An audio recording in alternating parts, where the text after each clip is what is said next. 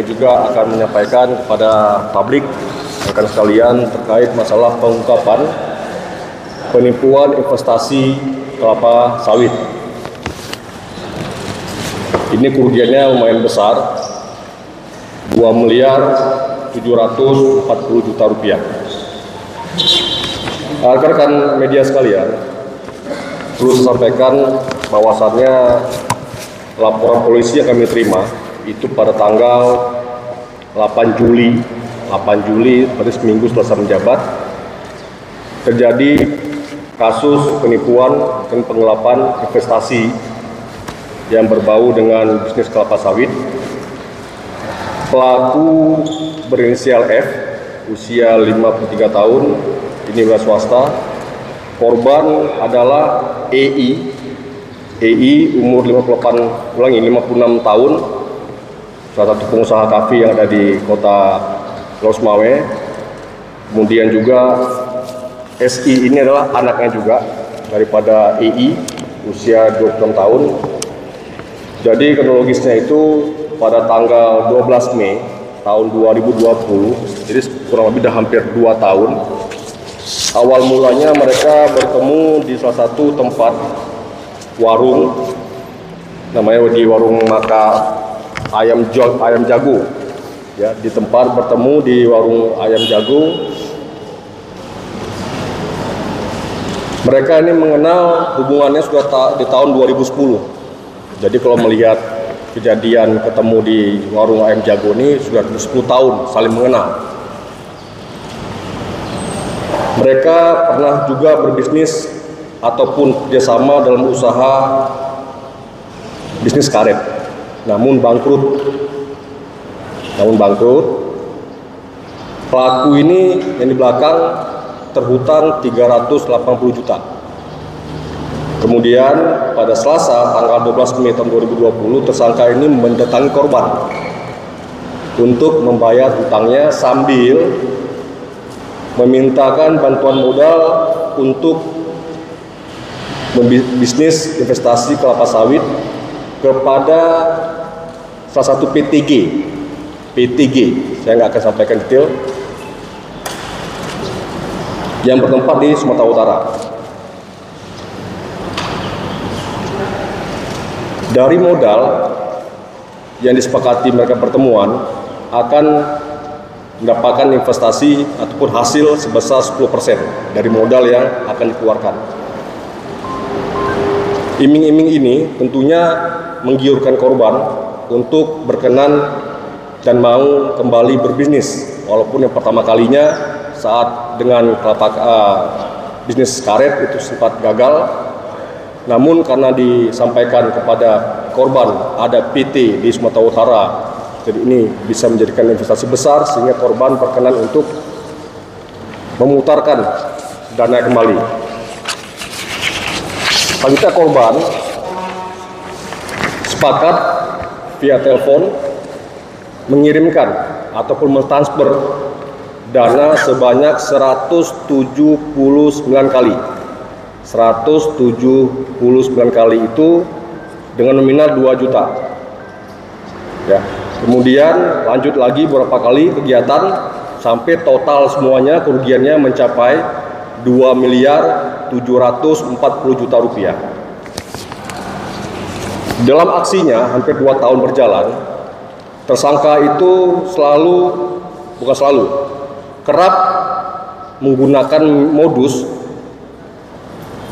menggantikan handphonenya beberapa kali yang mengaku sebagai sub daripada PT G tadi. Jadi satu pelaku tapi menggunakan beberapa nomor ponsel yang mengaku menelpon korban bahwa saya dari PT ini menyampaikan prospek daripada perjalanan maupun perkembangan investasi ini. Namun semua itu adalah hoax. Korban mengetahui bahwa diri yang ditipu itu tertipu karena mulai menyadari setiap kegiatan yang ditelepon dari orang yang selalu mengatasnamakan klien, sahabat, ataupun dari orang perkantoran dari PTG tadi, setelah mengecek ternyata gudangnya kosong. Jadi semuanya kamuflase saja.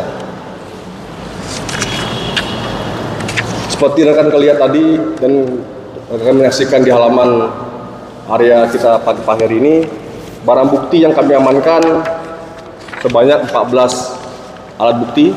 Seperti rekan lihat, nomor 1 sudah ada kendaraan daripada mobil, kemudian yang kedua juga ada mobil Brio, kemudian yang nomor 3 ada motor, dan seterusnya. Yang di depan saya ini, yang kami labeling, ini sebanyak 295. Ini bukti transfer. Bukti transfer mau tebal sangat kali sampai 2 miliar lebih. Ini bukti yang kami print out dari Bank Mandiri atas nama rekening korupsi pelaku sebanyak 209 kali bukti transkrip. Semua catat dengan baik di sini. Kemudian ada handphone dan sebagai yang lainnya.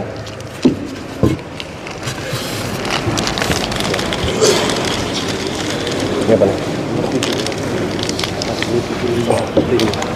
Ini juga print juga dari bank. Bukti transfer juga sebanyak 47 lembar transfer juga. Ini kami hasil print outnya, ini hasil bukti transfernya yang dikaptur melalui bukti bahwa yang bersangkutan telah mengirimkan dananya.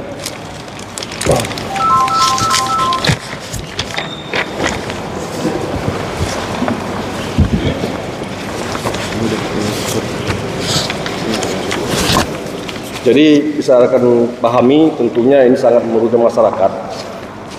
Saya berharap kepada seluruh masyarakat, khususnya Kota Losmawe, investasi itu harus dicek dulu ke dalam beberapa lembaga yang tertera. Jika personal, tentu harus diwaspadai. Itu sangat menyayangkan dana yang besar itu malah jatuh pada pihak-pihak yang tidak bertanggung jawab.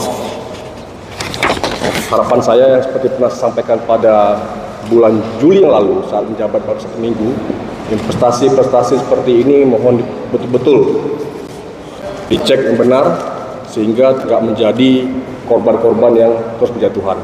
Ini 1 orang hanya korbannya, namun kerugiannya cukup luar biasa, 2,7 M. Kemudian kami setelah mendalami kurang lebih 2 bulan di dalam penyelidikan, adapun pasal yang kami persangkakan yaitu pasal 378 tentang penipuan, kita juntukan ke pasal 372 tentang penggelapan, dan pasal junto 64 itu perbuatan yang berulang. Mengapa berulang? Karena dia transfer, iming-imingkan, transfer, dimimingkan terus. Sehingga ancamannya itu maksimum 4 tahun penjara. Jadi demikian pada rekan media yang dapat kami sampaikan pada pagi yang berbahagia ini, harapan kami kepada seluruh masyarakat agar harus benar berhati-hati, benar memahami betul jika ingin melakukan investasi, mohon dicek benar apakah terdata atau tidak suatu perusahaannya atau PT-nya, sehingga tidak ada lagi pihak-pihak menjadi korban daripada pihak-pihak yang tidak bertanggung jawab.